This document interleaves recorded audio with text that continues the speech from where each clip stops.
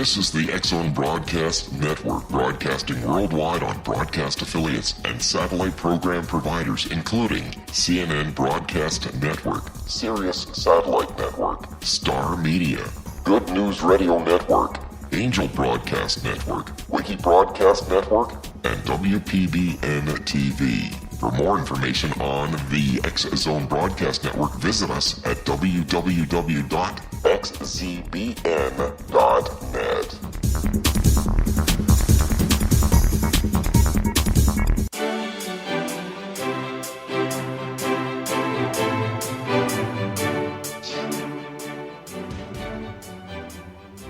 A vast universe exists within and beyond our reality. What we realize with our five senses is but a tiny fraction of all that is real. Welcome to the World Beyond Radio Show. I'm Joe Wiegent, your guide and advocate as we remove the blinders of our everyday lives and experience together all that exists out there in the world beyond our world. Welcome to the show, my friends. We've got an exciting hour set up for you today. Today we are talking to Dr. Rocco Gennaro. He is the Philosophy Department Chairperson and a professor of philosophy at the University of Southern Indiana. He received his Ph.D. in 1991 at Syracuse University, and he had been at Indiana State University in Terre Haute for 14 years before moving to Southern Indiana in 2009. He is also the Philosophy of Mind and Cognitive Science area editor for the Internet Encyclopedia of Philosophy.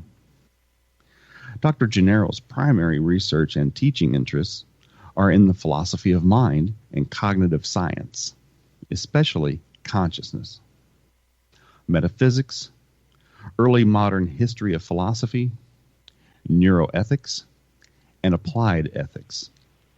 He is the member of the American Philosophical Association and the Association of the Scientific Study of Consciousness. He has published 10 books, either as the sole author or the editor, and over 50 articles and book chapters in these areas. He has recently published a book entitled The Consciousness Paradox: Consciousness, Concepts, and Higher Order Thoughts in 2012. He edited an anthology entitled Disturbed Consciousness: New Essays in Psychopathologies and Theories of Consciousness. Dr. Gennaro has most recently published a book entitled Consciousness in 2017. He is now editing an anthology entitled The Routledge Handbook of Consciousness, which will be coming next year. He is also a co-editor with Casey Harison of the Who and Philosophy. So welcome, Dr. Gennaro, to the show. Good morning, sir. How are you doing? Good morning, Joe. I'm doing fine. Great. So what is it that led you in Syracuse, New York, to take on the mantle of philosophy and get to where you are today? Well, that's a good question. I mean, I grew up in New York City, and always was interested in philosophy and some of the questions that come up in philosophy. And after college in Manhattan, I went to college at Hunter College in Manhattan. I decided to go up to Syracuse University for grad school and get my Ph.D. I guess part of it is that thing about philosophy is that you can almost sort of like a good excuse to get interested in anything because it's so interdisciplinary, obviously, and you can really explore a lot of different areas, you know, philosophy of religion, political philosophy, philosophy of mind. Now, at some point, obviously, you need to specialize and do a dissertation and publish in that sense, so you have to kind of narrow down. You can only teach so many types of classes. So the overlap with psychology and neuroscience was always something that interested me too. And so the combination of those. And then, like a lot of PhDs, it was kind of tough to get a tenure-track job at first. But it took me a little while. But eventually I ended up at Indiana State University in Terre Haute in 95. and was there for 14 years, promotion, tenure, that sort of thing, and ended up down here in Evansville, starting about 8 years ago, and I never really thought I was going to be a chair of a department or any of that kind of thing, but it was one way that there was a need for a chair here, and so I applied down here, and things have worked out pretty well in that regard so far. But philosophy in general is always something, it overlaps with so many areas, metaphysics even, topics like free will and even things that you mentioned and talk about, I'm sure, about the nature of ultimate nature of the universe kind of questions. But consciousness and philosophy of mind was always the area that I published most in and was always most interested in. How can concepts of philosophy and how can degree work in that field be applied in everyday situations or everyday opportunities that are not involved in scholastic study or teaching? Well, I mean, as far as what we tell, for example, our students, right, and advertise philosophy as a major, I mean, philosophy majors, it's only a small percentage of philosophy majors that go on to sort of do what I've done. I mean, not just go on for the Ph.D., but also to end up, in the academic world. Some will go on to. There's always been a historical connection to going on for a law school. Okay, well, we're going to get right back to that as soon as we come back from our first break. My friends, we have to cut away for our first segment here, and we'll be right back in just a moment with Dr. Gennaro and Philosophy of Consciousness. We'll be right back.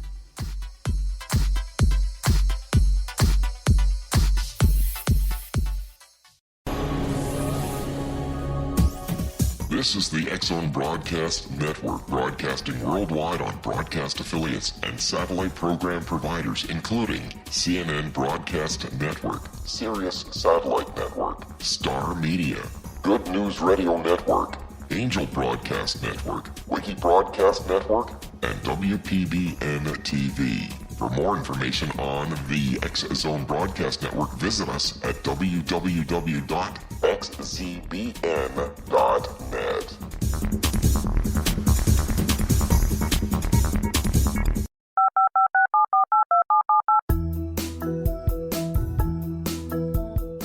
Did you know that when you're on the road with limited data or Wi-Fi, you can still listen to the X-Zone Radio Show with Rob McConnell, The Science of Magic with Gwilda Wiyaka, X-1, Dimension X, Space Patrol, and every minute of the X-Zone Broadcast Network by calling 213-401-0080, courtesy of Audio Now. No smartphone, app, or internet needed. It saves your data plan, and it's free if you have unlimited minutes. Call 213-401-0080 to listen on any phone, anytime, anywhere. Remember 213-401-0080 for the best of the paranormal, parapsychology, and sci-fi radio programming anywhere, 24/7, 365.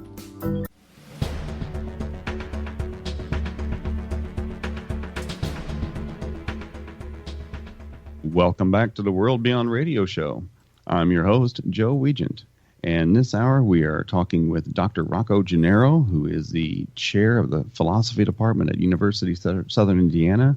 And we're discussing the philosophy of consciousness. Dr. Gennaro, there are so many views on what is the brain and what is the mind and what is consciousness. And there are so many views on, does consciousness stop with the brain? Is the mind a separate unit from the brain? What happens if the brain becomes damaged? What is the relationship between consciousness and the physical brain?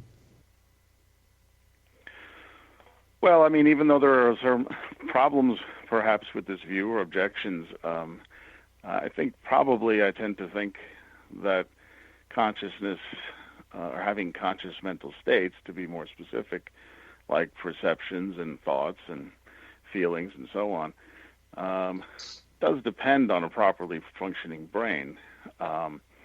And that's not quite itself materialism, as it's called. Materialism, usually the conscious states are identical with brain states. Maybe that's a plausible position. In some ways, I'm sympathetic with it. But there's so many different types of materialism and so on. The opposing view is it's called dualism. Again, there are many different versions of dualism. That the idea that the mind or conscious states are non-physical somehow, or can't be reduced to brain activity. But at the very least, it seems like from, for example, brain damage evidence, that when the areas of the brain are damaged in very specific ways, severe damage to the visual cortex immediately eliminates conscious visual perception, for example, the visual cortex being in the back of the brain. You have a stroke in language comprehension area, you can't understand speech. There are all kinds of what are called psychopathologies, some of them very strange, and including autism and other kinds of problems, schizophrenia, psychopathologies, and so on. Some that obviously alter or damage entirely the ability, the conscious activity in question. So Alzheimer's patients, there's damage to the brain. It's a slowly progressive disease, and slowly their mental activity and conscious ability, for example, to remember and other things are destroyed. So at least I can understand, and maybe the most natural conclusion to draw from that is that, well, if brain activity, if damage to the brain causes damage to the mind, conscious activity, or eliminates the ability to have certain conscious states, I guess I can see where someone would say, well, wouldn't it kind of follow from that, or isn't it reasonable to think that, well, once all brain activity ceases upon death, for example, then all of your consciousness goes. Now, that's not a palatable position for many, because it would seem to imply there could be no afterlife, or life after death, or immortality, depending on the religion in question or the views of people in question. But if you look at it purely in terms of inductive evidence or empirical evidence, or how the mind and proper conscious activity seems to depend on brain activity, that seems to follow from it. Now, there may be some problems or objections to it, but even some forms of dualism still hold really that conscious mental states depend on brain functioning. So even if they're not identical with the brain activity, again, once the brain activity stops, the mental activity stops. And as I said, that's not palatable to many. Western religions especially, or Western beliefs in terms of life after death, immortality, and so on. There may be ways of either getting around that or seeing if there's a possibility of life after death some other way, or there are some phenomena that maybe give people some pause for that conclusion. So, for example, sometimes people will point to things like near-death experiences and say, well, isn't that a case where, consciousness seems to go on, but there's brain death, or at least for a short period of time.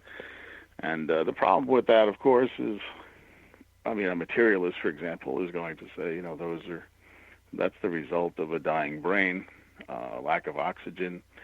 Basically, it's a hallucination of a certain type. And it's not that all brain activity has ceased when that happens. It's a lot of brain activity ceased. There's been usually a situation of an emergency room scenario where a person is near death, but brain activity can be recovered. And it's not as if in those situations you have somebody checking to make sure all brain activity is ceased. But obviously, if there's ever a situation where you could show that there's conscious mental activity without any brain activity, that would be a good argument against something like materialism and in favor of a form of dualism and life after death. It's just one that's kind of hard to pin down, hard to really make sense of. There are similar experiences that people have that can be explained maybe through the brain. So, for example, stimulating an area of the brain is now known, as one area of the brain is now known to cause out-of-body experiences. And, that leads at least many to think, well, it's all just brain activity, and some of them are very strange. And just like the abnormal kinds of phenomena that people suffer from, all kinds of delusions, illusions, and hallucinations, that would just be another example of it. But obviously, many people, I don't think anybody questions when somebody reports about a near-death experience, that people usually don't doubt that the person's having that experience, or even that it has a profound effect on them. But I guess what people will be skeptical of, especially materialists, is that shows a real glimpse of some objective, afterlife or something like that. They're going to, obviously, if there's a way to explain it scientifically in terms of the brain, that's what they'll sort of do. So the dependency of conscious brain activity seems to be prevalent in the sense that whenever there's damage to very specific areas of the brain, the conscious mental activity in that area of the brain is either severely damaged or destroyed. And you see this kind of thing, all the time, obviously, in tragic kinds of cases, car accidents, brain trauma, tumors in the brain, like I say, progressive diseases like Alzheimer's and that sort of thing. So I guess the other thing that comes up sometimes in this context is, if there is an afterlife and consciousness can continue, what kind of afterlife would it be if you have a situation where you have an elderly woman, say, dying of Alzheimer's and slowly losing, say, memory, or being able to recognize and then the person dies, let's say. If someone were to say, well, the person still goes on, there's an afterlife, well, what kind of an afterlife would it be if the consciousness that she has at the end of her life is what continues on, in some capacity? That seems like, it almost seems like torture instead of a kind of heavenly, pleasant, happy afterlife. So there are some other kinds of puzzles and problems for that view. And when I mention the afterlife, I'm really referring to the Western conception of an afterlife, that there's something beyond it, that you as a person continue to exist, and it's continuity between this life and an afterlife. The reason I mention that is that's the more standard view of personal identity in Western philosophical tradition and in Western theology. Eastern philosophy is a whole different story, right? I mean, you have Buddhists don't believe in, for example, transcendent God or heaven. There's different views, Hindus, Buddhists, very different views. You have something maybe, in some cases, more like a reincarnation view, but, it's hard to understand how that would work. Some people do believe in it, obviously, a lot of people do. But it's also, far from the Western point of view, at least, of immortality, the problem that people have is, well, wait a minute, if memory, or if you don't really continue, then in what sense is there really an afterlife? If there's no memory or there's no continuity, and you come back, so to speak, in reincarnated form, that's not what, at least in Western religions or Western tradition, is viewed as continuing an afterlife, a personal identity of sorts. So there are major differences in Eastern and Western perspectives on immortality. Now, you could believe, this is an unusual position, But you could be a materialist about the mind and say, basically that conscious mental states or brain states, and but also think in the Western tradition that an afterlife is possible, but it's more like a resurrection concept, which of course you have in the Bible. So in other words, there are some philosophers, even in a Christian kind of tradition of resurrection, where they've said things like, well, maybe materialism's true about our body and brains, but maybe when you die, God, who they would believe exists in the first place. I mean, that's a major assumption in a sense, but they have other reasons to believe there's a God, that maybe at that point, maybe God duplicates you physically, and heaven or an afterlife is a physical place somewhere else, wherever in the universe, or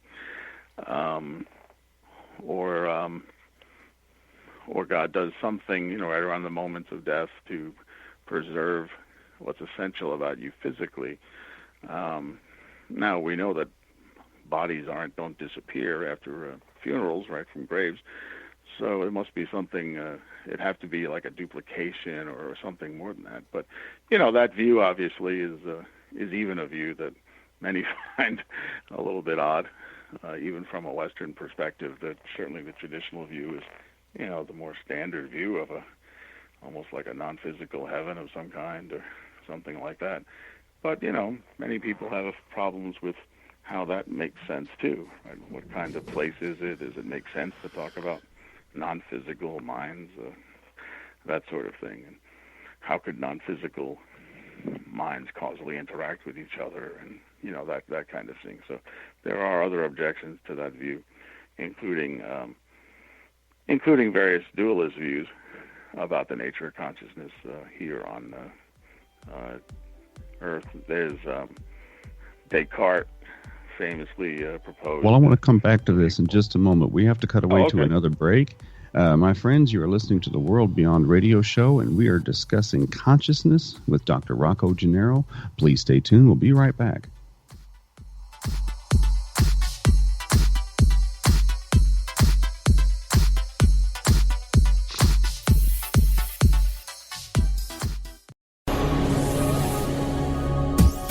This is the X-Zone Broadcast Network, broadcasting worldwide on broadcast affiliates and satellite program providers, including CNN Broadcast Network, Sirius Satellite Network, Star Media, Good News Radio Network, Angel Broadcast Network, Wiki Broadcast Network, and WPBN TV. For more information on the X-Zone Broadcast Network, visit us at www.xzbn.net.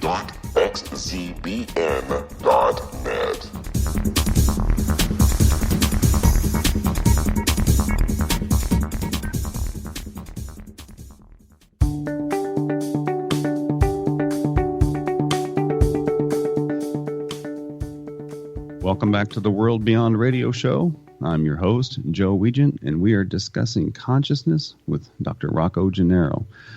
Dr. Gennaro, if I break the screen on my laptop computer, and my screen is how I interact with the inner workings or the actual consciousness of the computer, the part that thinks and does and computes. But my only interaction with it, my only measurement of its viability is through the screen that I can move through. Can I then either put a new screen on it or transfer the inner workings of my laptop to another laptop and interact with it with another screen? Is the screen what we can measure with our devices on brain activity? And is that separate from the actual workings of the laptop that are still going on even though I can't interact with them? You mean sort of an analogy between...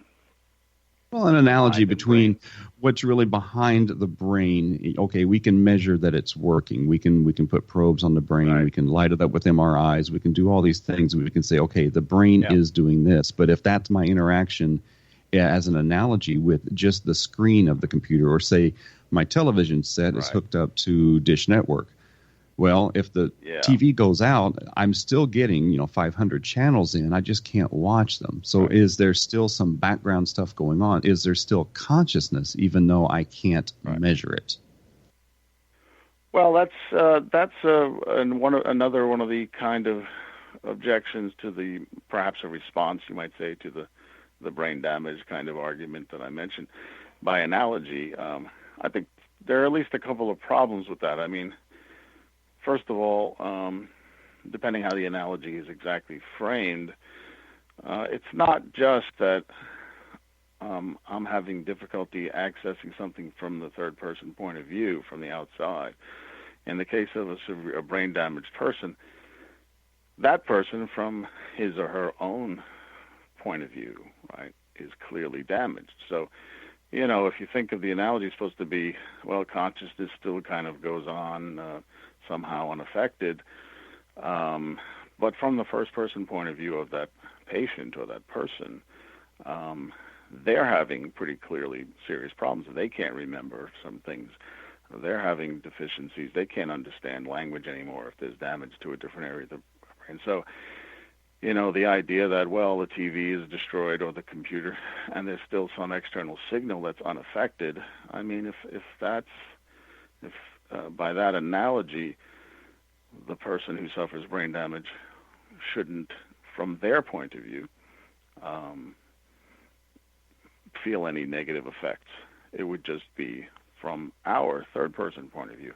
And it doesn't seem kind of realistic, right? I mean, it's not just that, I'm having trouble accessing something by talking to this person or by using mental imagery. I mean, some kind of instrument, MRIs, whatever it is. It's that the person, him or herself, is unable to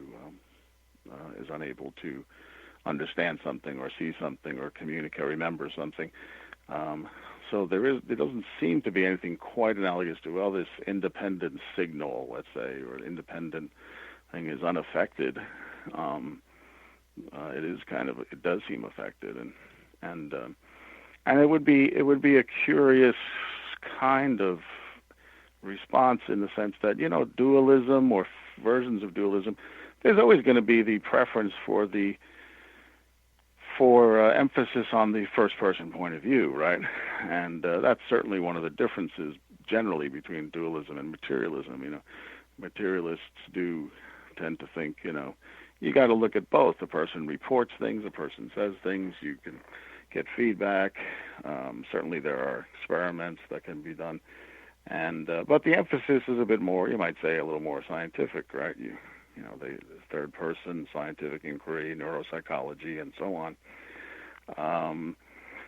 Whereas traditionally and certainly historically, belief in something more like dualism comes from, from the first-person point of view. It doesn't seem like my conscious states are, brain states, or it's not the way it appears, and that may be true. It's the materialist that'll say, it doesn't seem like it, but that's really what's going on. There aren't two things going on. The mental states over here and the brain states over there. There's just if you're an identity theorist, as they're called, there's just the one. But from the first-person point of view, when there's brain damage, there's mental damage. Consciousness is damaged from that first-person point of view. It seems like it'd be kind of silly to say to an Alzheimer's patient, something along the lines of, well, your conscious mind is not really affected. It's just that we can't access it, or maybe you can't even access it. It's still functioning fine with no damage, but even you can't access, or you can't experience it. That seems a little odd, because the whole point, or part of the whole point of the view that something more like a dualist view is that from that first-person point of view, consciousness is something different, and if it is damaged, then that's part of the problem.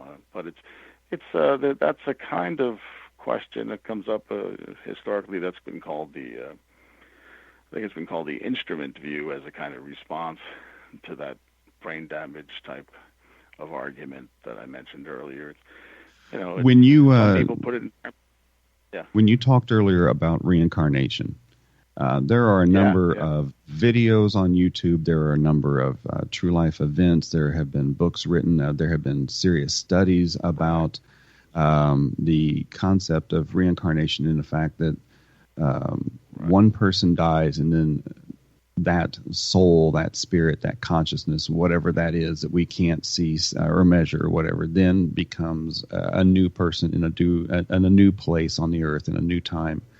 And one of the most well known is a child named Charlie, who at the age of 2 started drawing World War II airplanes out of nothing. He wouldn't have any input on how he would have known about that. And from the moment he was able to speak, he kept calling himself John.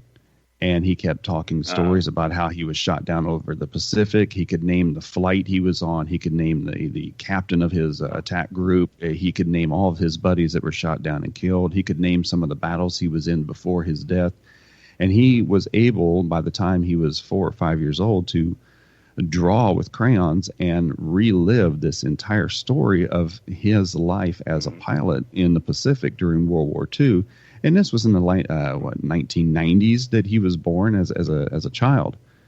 And when they started looking through the historical documents, they found out that everything he was talking about actually really did happen in that order and in those ways. And it was absolutely true because they have the documents, they have the military records of this other person. And he would have had no way of knowing about this at the age that he was and would have had no input on it.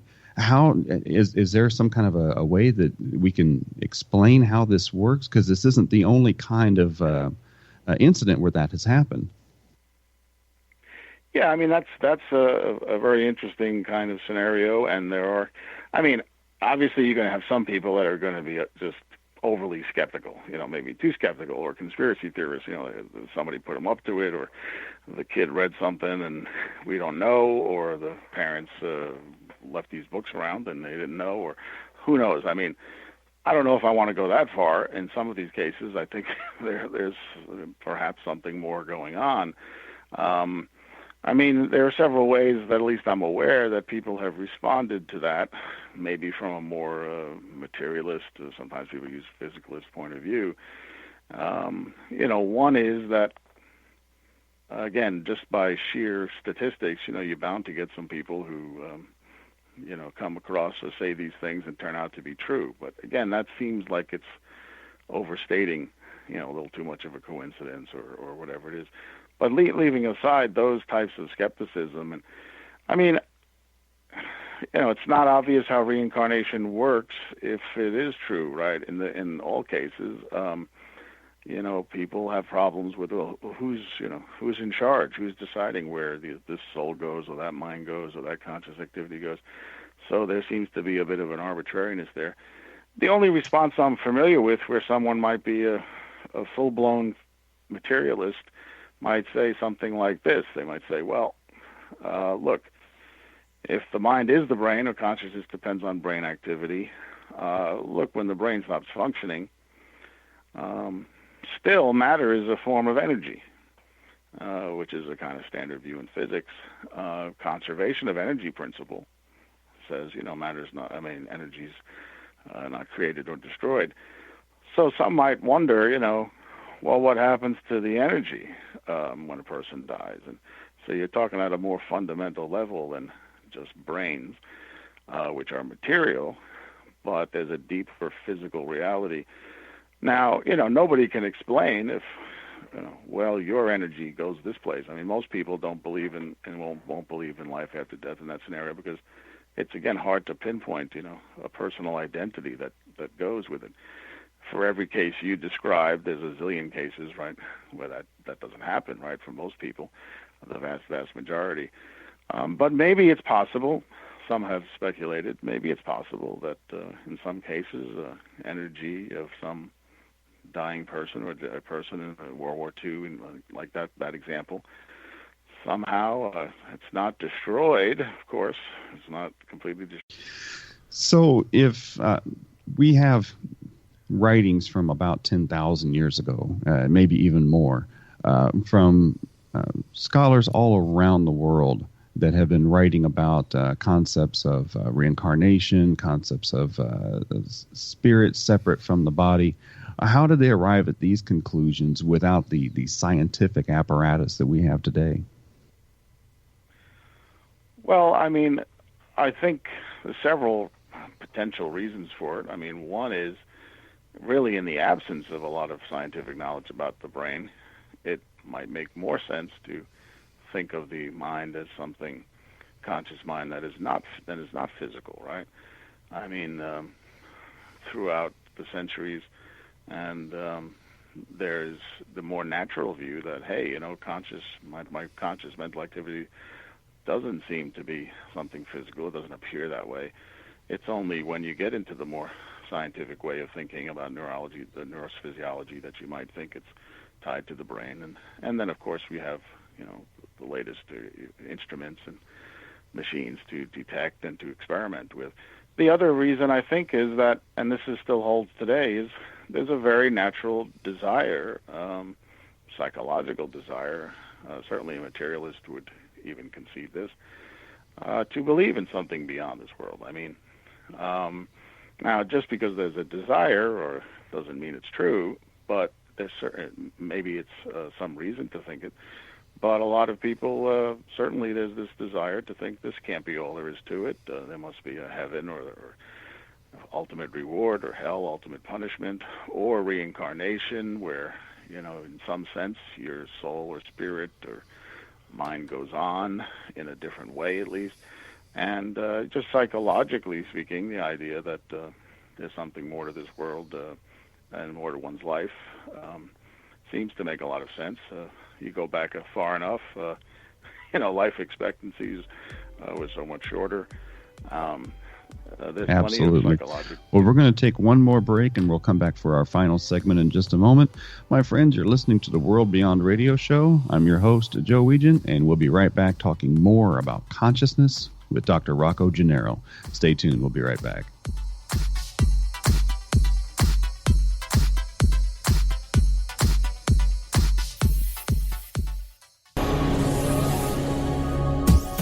This is the X-Zone Broadcast Network, broadcasting worldwide on broadcast affiliates and satellite program providers, including CNN Broadcast Network, Sirius Satellite Network, Star Media, Good News Radio Network, Angel Broadcast Network, Wiki Broadcast Network, and WPBN TV. For more information on the X-Zone Broadcast Network, visit us at www.xzbn.net.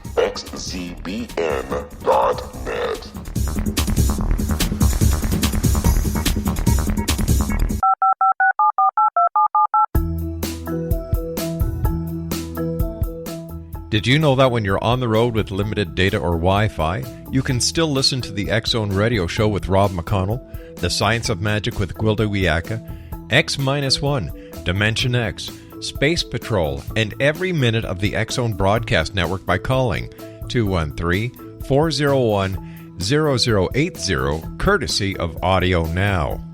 No smartphone, app, or internet needed. It saves your data plan, and it's free if you have unlimited minutes. Call 213-401-0080 to listen on any phone, anytime, anywhere.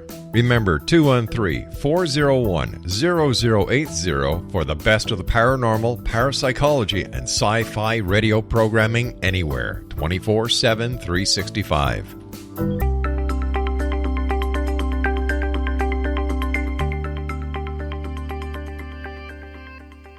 Welcome back, my friends. You're listening to the World Beyond Radio Show. I'm your host and guide, Joe Wiegand. As always, our show is produced and distributed by the ever-expanding leader in New Age, paranormal, alternative health, and supernatural programming, the X-Zone Broadcast Network, and Relmar McConnell Media Company, at their corporate headquarters and master control in Hamilton, Ontario, Canada. To learn more about the World Beyond Radio Show, your host, or to discover a wealth of other amazing shows and hosts, please visit www.xzbn.net. xzbn.net. To contact me or to inquire about being a guest on The World Beyond, please email me at Joe Wiegand. That's Joe, Weigant, at xzbn.net. For more information, you can visit my websites, www.paranormalpeace.com and www.reikichoice, that's REIKI, choice.com. This hour, we have been talking with Dr. Rocco Gennaro, who is the philosophy chair at the University of Southern Indiana. Dr. Gennaro, is there a way that our listeners can contact you for more information? Oh, sure. Probably the best way would be by email. The email address is rjgennaro, Gennaro, at usi.edu. That's probably the best way, and this way I have that person's email address, and we could keep in touch. And there are all kinds of international conferences too, where sometimes you meet people, international conferences on consciousness, and some that even foster this East-West relationship that I mentioned earlier, that we sometimes try to keep in touch and sometimes develop an email list, because there are a number of different views, and people have their own views, and sometimes it's best to air out. That's what one of the things I like about philosophy is that you take an idea and then you see how far it can go and how well it can stand up to criticism and objection. All of these views have problems, and that's something we always have to keep in mind. And this is true of a lot of the perennial problems in philosophy. It's not like there's any one view that there's no objections to or no potential problems with or anything like that. It's just, to what extent do you think maybe those difficulties are not as bad as the objections to the other view, like I was talking about materialism and dualism. So there are these objections on the one side, but there are objections on the other, and there are other kinds of metaphysical views about consciousness and mind that are even a bit different than these. I could get into a few other views if you'd like, but I just recently listened to a course on Audible, and it was about metaphysics, and the person who is reading the course was discussing all the advancements in the way we understand the universe by quantum physics, and how quantum physics really actually doesn't prove that anything exists at all, and what is the definition of existing. But at the end of the day, his final theory that he put out there was, that there's a good chance that our entire universe is either a computer program that's run to be this way, or another popular view that's come along in the last 10 years that I've noticed is that the entire universe is a hologram. What are your thoughts on those two issues? Well, I mean, on the one hand, one thing I love about philosophy is you explore all the possibilities. On the other hand, sometimes people maybe go a little overboard, and nothing wrong with a great imagination and talking about all the possibilities. But there's a difference between thinking of something as a possibility and having reason to believe it or have evidence for it.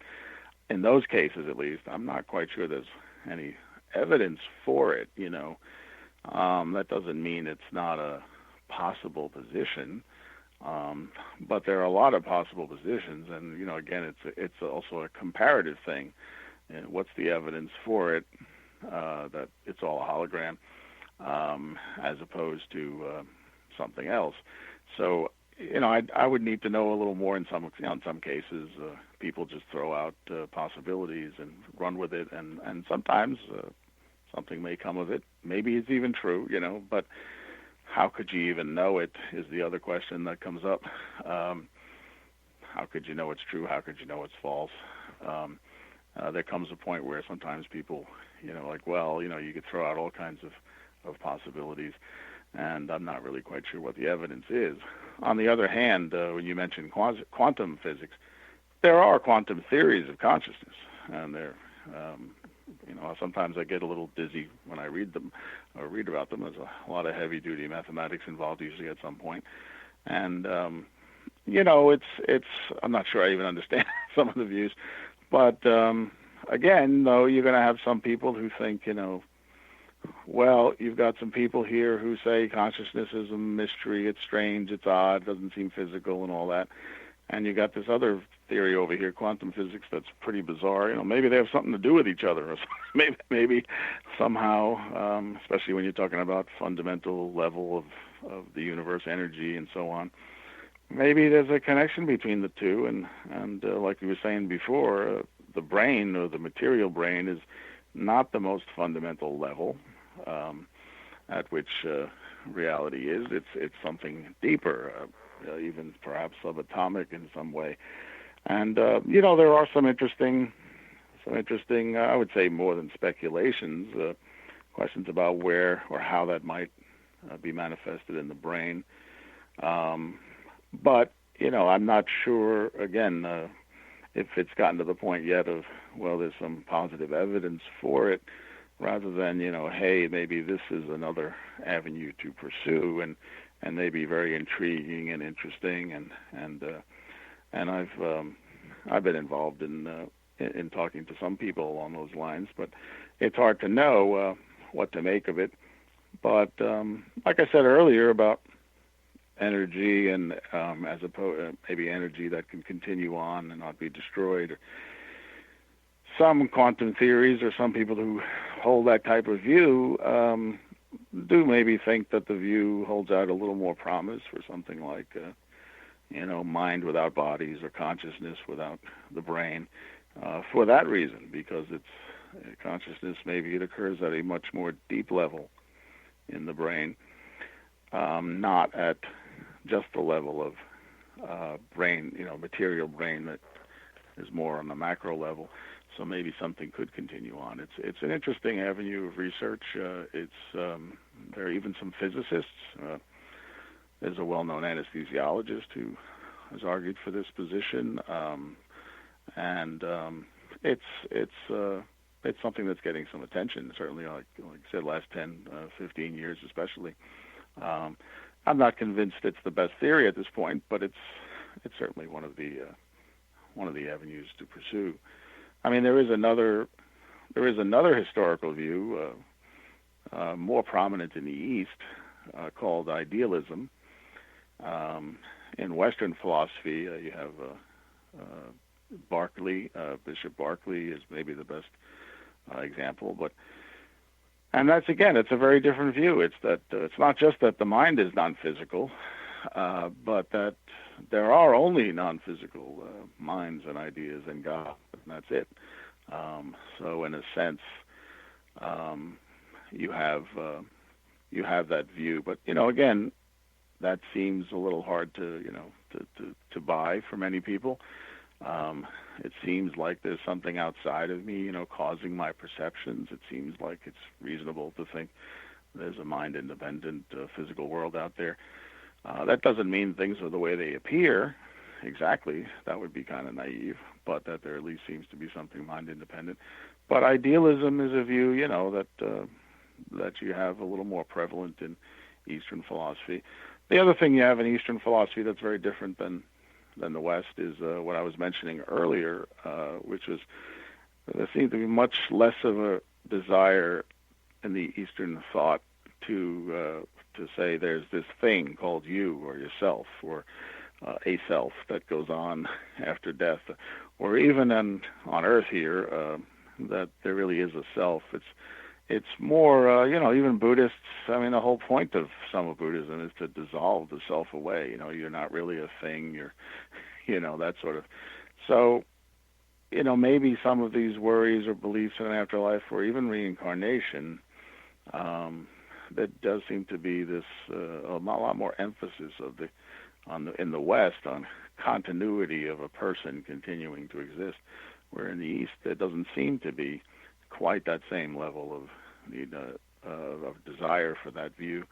But reincarnation is the one place where something maybe like it you might find.